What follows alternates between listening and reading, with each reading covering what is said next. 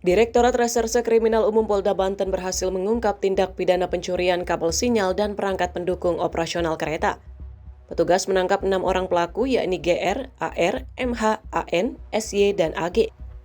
Para pelaku diduga kuat telah melakukan aksi pencurian sejak tahun 2024 lalu. Mereka menargetkan kabel tembaga pada jalur aktif kereta api untuk kemudian dijual kembali kepada seorang pengepul barang bekas. Dari 6 tersangka, 2 diantaranya yakni SY dan AG kini dilimpahkan ke Polres Bogor karena terlalu banyak beraksi di wilayah Jawa Barat. Sementara 4 tersangka lainnya diproses oleh Polda Banten karena terlibat aksi pencurian di area Stasiun Maja Kabupaten Lebak dan Stasiun Baru Kabupaten Tangerang. Aksi terakhir mereka terjadi pada Jumat dini hari 8 Mei lalu di sekitar Stasiun Daru, Kecamatan Jambe. Modusnya, para pelaku membuka beton penutup jalur, mengeruk tanah, kemudian memotong kabel persinyalan utama dengan menggunakan gergaji. Kasus ini terungkap setelah petugas PT KAI menerima laporan gangguan sistem persinyalan otomatis. Saat dicek, petugas menemukan 6 kabel counting head atau kabel penghitung roda kereta telah hilang.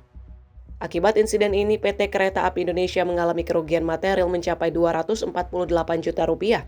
Untuk kejadiannya itu ada di 2 lokasi. Yang pertama itu di Stasiun Maja dan di Stasiun Daru. Dari keterangan dari para tersangka itu mereka sudah melakukan perbuatan tersebut dari tahun 2024. Kalau misalkan tidak segera diperbaiki oleh pihak PT KAI itu akan menyebabkan terganggunya sinyal dari stasiun ke kereta api. Makanya setelah kejadian itu besoknya itu segera diperbaiki dan diganti kabel yang dicuri oleh para pelaku, sehingga tidak menyebabkan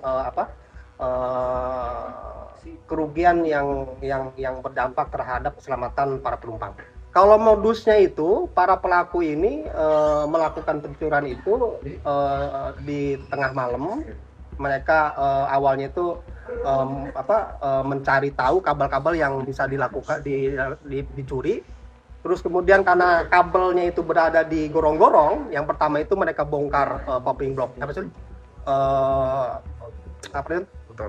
Betonnya itu mereka bongkar betonnya. Nah, karena kabelnya itu tutup oleh material tanah dan batu, mereka gali, terus kemudian dia potong, dia tarik, kemudian dia pelupas. Nah, tembaganya itulah yang mereka jual kepada pelaku penadaan. Atas perbuatannya, para tersangka dijerat dengan pasal 363 KUHP tentang pencurian dengan pemberatan.